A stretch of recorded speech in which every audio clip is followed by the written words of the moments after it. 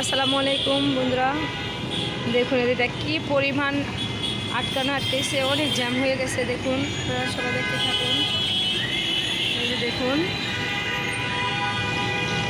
অনেক এইখানে অনেক জ্যাম।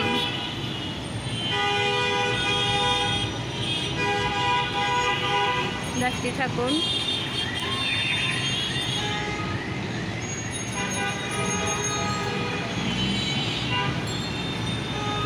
দেখুন এখানে কত আটকাইছে, অনেক অনেক জ্যাম হয়ে গেছে এখানটা।